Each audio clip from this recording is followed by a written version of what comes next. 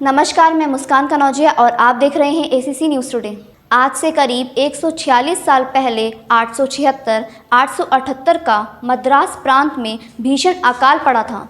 इसे 1877 का मद्रास अकाल के नाम से भी जाना जाता है। ये ब्रिटिश शासन के दौरान भारत में पड़ने वाले सबसे भयंकर अकाल में से एक था। इसकी शुरुआत 1876 के अंत में सूखे के चलते हुई, जिसके परिणाम स्वरूप दक्षिण भारत में सभी प्रकार की फसल नष्ट हो गई। इसने 2 साल की अवधि के लिए दक्षिण और दक्षिण पश्चिम भारत को काफ़ी प्रभावित किया।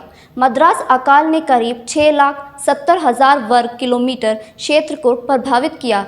इसके चलते करीब 5 करोड़ 85 लाख की कुल आबादी इसकी चपेट में आई।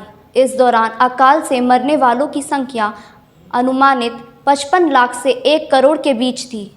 1 करोड़ लोगों की मौत अकाल के दौरान काम करते हुए कॉर्नेलिस वॉर्फन ने अनुमान लगाया था कि लगभग 1 करोड़ लोगों ने अपनी जान से हाथ धोना पड़ा।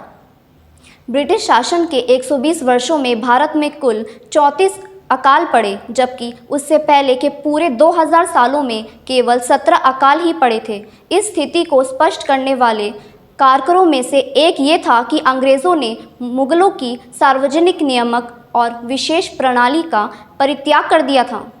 अंग्रेज़ों के अलट मुगल शासन कर राजस्व का उपयोग जल संरक्षण के लिए धन देने के लिए करते थे, जिससे खाद्य उत्पादन को बढ़ावा मिलता था। जब कभी अकाल पड़ता भी था तो वे खाद्य निर्यात पर प्रतिबंध, जमाखोरी विरोधी मूल्य विनियमन कर राहत और मुफ्त भोजन के वितरण जैसे कदम उठाते थे। इंसान को खाने को मजबूर अकाल के चलते लोगों ने मद्रास प्रेसिडेंसी व बॉम्बे प्रेसिडेंसी से पलायन करना शुरू कर दिया, जिससे वहाँ के हथकरघा व स्थानीय उद्योग तहस नहस हो गए। मद्रास अकाल ने 1877 के अंत तक भयावह रूप धारण कर लिया था।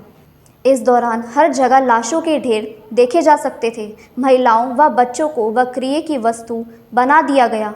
हालात इस कदर डरावने थे कि इंसान को खाने को मजबूर था। भूख और प्यास के चलते लोग चींटियों के बिलों से अनाज के दाने निकालकर खाने तक को मजबूर हो गए। इस दौरान महिलाएं देह व्यापार द्वारा किसी तरह अपने परिवार का पेट पालने को मजबूर थी।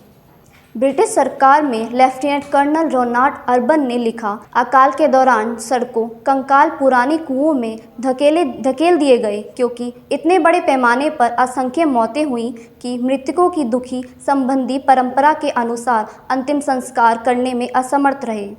माँओं ने थोड़े से भोजन के लिए अपने बच्चों को बेच दिया। पतियों ने अपनी पत्नियों को उन्हें भूख के कष्ट झेलते हुए मरते देखने की पीड़ा से बचाने के लिए तालाबों में फेंक दिया। मृत्यु के इन दृश्यों के बीच भारत और ब्रिटिश सरकार खामोश रही और इसकी प्रसन्नता पर कोई प्रभाव नहीं पड़ा। इस दौरान समाचार पत्रों को मौन रहने के लिए समझा दिया गया था। इस दौरान मद्रास के व्यापारी, कुलीन वर्ग व यूरोपीय लोगों ने चंदा इकट्ठा करने के लिए लंदन में ब्रिटिश सरकार से गुहार लगाई व स्थानीय स्तर पर भोजनशालाओं को शुरू किया गया।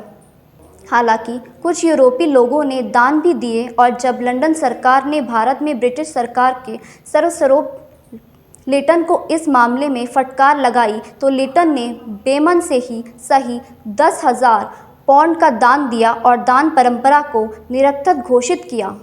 मद्रास गवर्नर को इस तरह फटकार लगाई कि वह इसे फिजूल कार्यों में पड़ने से बचने को कहा।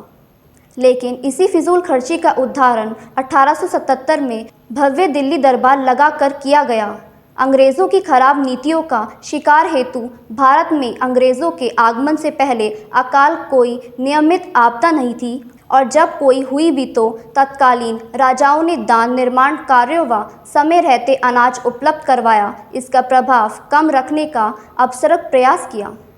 लेकिन ब्रिटिश शासन के दौरान भारत में 1865-1947 तक कुल 31 भीषण अकाल पड़े, जिसमें 8.5 करोड़ भारतीयों ने अपनी जान गंवाई। सन 1877 में मद्रास अकाल ने दक्षिण भारत व दक्षिण पश्चिम भारत के बड़े क्षेत्र मद्रास प्रेसिडेंसी, मैसूर, हैदराबाद को प्रभावित किया।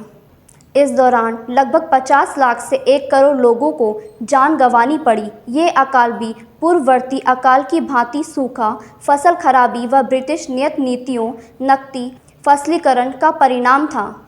जहां सजग प्रयासों द्वारा अकाल की भयावहता को कम किया जाता था, परंतु ब्रिटिश शासनों ने अपने आर्थिक नीतियों ने इसे और बेहतर बनाने का ही काम किया। ब्रिटिश सरकार की नाकामी से सभी प्रयास अप्रयत रहे और मद्रास प्रेसिडेंसी को भीषण अकाल झेलना पड़ा। इस दौरान न केवल करीब 1 करोड़ लोगों की मौत हुई, बल्कि वैश्यवृत्ति, बाल व्यापार, भूखमरी ने भी मद्रास प्रेसिडेंसी को झंझोर कर रख दिया था। इसके बाद 1880 में अकाल आयोग स्थापित किया गया व अकाल संहिता जारी की गई, जिसने अकाल होने से पूर्व रोकने के उपाय सुझाए, किंतु फिर भी स्थिति नाकामयाब वही रही, क्योंकि आर्थिक नीतियों में कोई बड़े स्तर पर बदलाव ब्रिटिश रहनुमाओं को मजबूर न था और हिंदू अकाल के दृश्य भविष्य में ही झेलता रहा।